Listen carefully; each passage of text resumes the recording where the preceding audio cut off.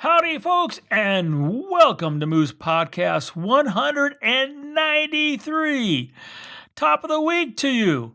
I trust it's just getting better and better for you and yours, all staying safe and sound as things slowly kind of get back to what we were used to, kinda. I want to thank you all for dropping by. You guys, this past week again, were stellar in all your emails and sweet comments, as well as pushing the podcast to other folks. We went up a little bit of a notch again, and I'm very grateful. So thank you ever so much. Thanks also to my good friends at Bedford Camera, bedfords.com. They have been cranking out those D6 to folks, which is really cool. And then a bunch of those folks I hear back from because they sat there and they've used the Moose discount. In other words, MOOSE on that discount, whether you're checking out by phone or online. They saved some money, bought some pro-grade cards, hit the old website, grabbed the D6 settings, and shooting. So thank you, Bedford Camera, for keeping us all behind the camera. Hey, let's get right into this week's podcast. Talking the Same Language.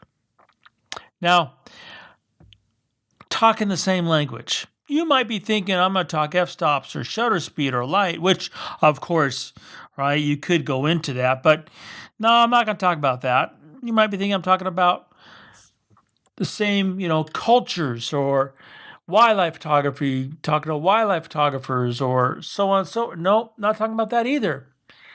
Actually, I'm talking about talking to folks who are, however you want to look at it, you want to slice it, dice it, put it in a filing cabinet, talking to other photographers who are at the same spot in their photography as you are. You could say the same level, the same experiences. Doesn't necessarily mean the same camera gear, but often they have the same camera gear and like. I'm talking about talking to, and, for lack of better terms, sum it up in one word, your peers. Now, why would that be podcast worthy? How can talking with those who are at the same spot as you are photographic wise help your photography move forward? And of course, in that dialogue, if it's a true conversation, because that means there's two people conversing ideas, two people listening, how can that move their photography forward at the same time? Well, to be honest with you, it hadn't really dawned on me through all these decades, the simple, for lack of words, joy, satisfaction, thrill, laughter, romance, humor that comes from talking with some other photographer who's gone down the road, kicked the can the same way, same direction as I have, and still able to stand up and kick the can. I'm talking about my conversation I had with Jason Bolin this past week, and if you haven't listened to it, the link is here, but I'm going to warn you, it's a 93-minute conversation.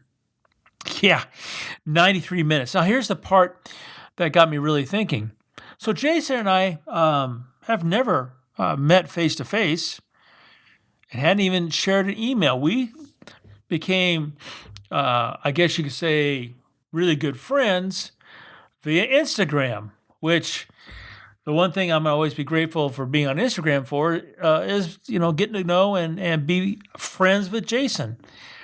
I've loved his photography forever, never met him. And if you know me very well, I just don't reach out to people and introduce myself. I'm just really not good at that. So thank goodness Jason did. And we've been talking and became friends. And then we did this conversation. And if you watch the whole 93 minutes, you'll see that talking the same language with my peer, with Jason, a lot of things are probably going to come out that you had no clue yours truly has done or did or thinks or acts upon when it comes with, the photography.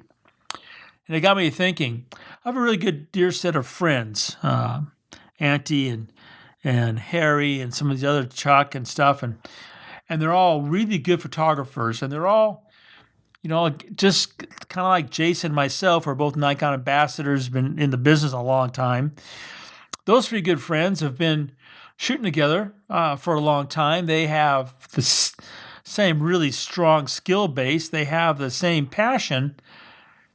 And when I'm with them, it is just so heartwarming, so kind of sometimes emotional, moving to hear these guys talk about everything the same that Jason and I might, but just on a little different level, maybe just a little different intensity, maybe just a little different backstories, but still conversing the same, and in that process, helping each other move the photography forward.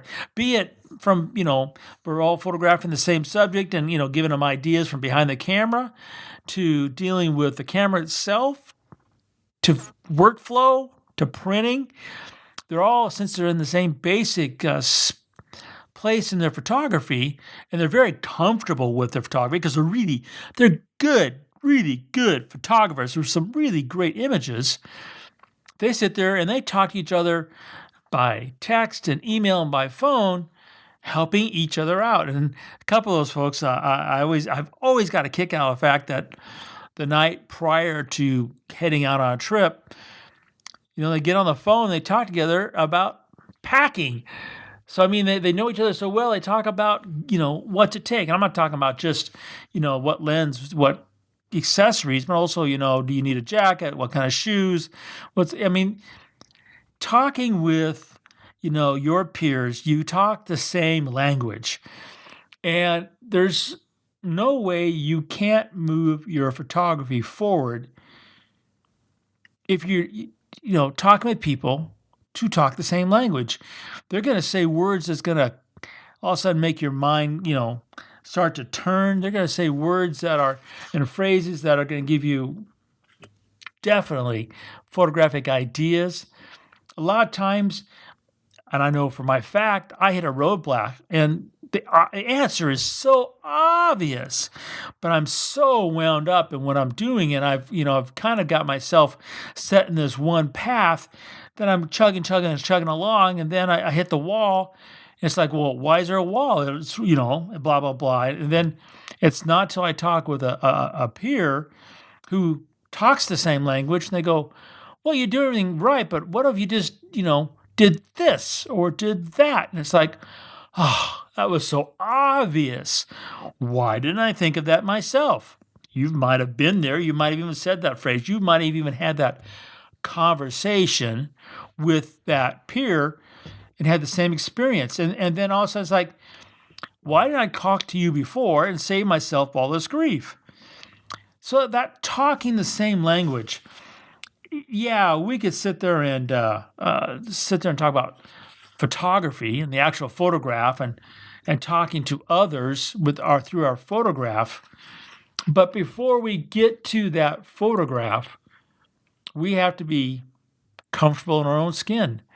And that's another thing that I think is really important when you talk to your peers and you're talking the same language, is, that security, that comfort, that knowledge that you have made it this far in photography. You do have the skill base. You know that you have these things that you need to work on. You've recognized your failures, so you're working on more successes, and you're talking with other like-minded people with like experiences, sometimes with like gear, that can help you do that on the next level. Now, you can't expect these levels to be monumentous kind of leaps. It doesn't work that way. It just takes right step, left step, right step, left step, at whatever pace you go. As long as you keep doing that, you're vertical, right? You're alive and you're moving forward. And in photography, that's really important. I know too many people who have iron shoes on who don't take any steps. And that can be solved a lot of times too with talking to someone who talks the same language, because they've probably been there before. And that's really the best part of finding those people. Now, How do you find that person? So when I thought of this idea for the podcast, and it was going through my mind how much I sat there and just really reveled in my conversation with Jason, and point blank honest, we had never talked verbally to each other until that conversation. So we've been through text, through Instagram. So then maybe that might be a way for you to find that same person. You look at some sort of visual resource. Instagram, we'll pick on it for the moment. You look at folks whose photographs, you go, that's really cool. I've taken pictures like that. Not, oh, that's really cool. How do you take that picture? Or I wish I could take that picture. You want to look for people who's got pictures that you say, I've taken pictures like that. Because right off the bat, there's your first clue that person you've zeroed in on is somebody who could be a possible peer. Then you might want to read their captions. You could learn a lot from somebody through their captions. Is it, red rose on black velvet, shot with a Nikon D850 and a 60 macro? I mean, if the caption's that short and brief, okay, and you're someone who's going to say, I was going down the street and there was a flower vendor with this one rose sitting there in the glint of the day, and I go, oh, that would be the perfect subject. So I snatched it up and took it home to my studio. So obviously the person who write that big long caption probably is not going to want to, go with the short caption. Or if you're a person who, speaks few words and screams volumes with a photograph, then that person with the short caption could be that person who speaks the same language. Does that kind of make sense, right? You could look at the photograph, you could read the caption, and from there you can do a simple reach out. It's safe, right? You don't have to, hell, most people don't even use their real name anymore. It's like, XYZ26334455, at, right? Geez. I don't know why people can't use their name. But anyway, that's a whole nother rant. You sit there and you can anonymously reach out to that person. And, if it works for online dating, not that I know firsthand, because Sharon and I just celebrated 45 years. So not that I know that stuff for firsthand, but, if it works for, those other people who want to fall in love, maybe it worked for us photographers seeking out people who speak the same language. And really, in a selfish way, trying to help ourselves while helping somebody else, while what? Enjoying the passion that is photography. So speaking the same language, that can be interpreted in many different ways in our passion to share our world with our vision. But in this case, it could be that mentor, it could be that it could be that person who picks you up in the worst of times and applauds you in the best of times, and vice versa.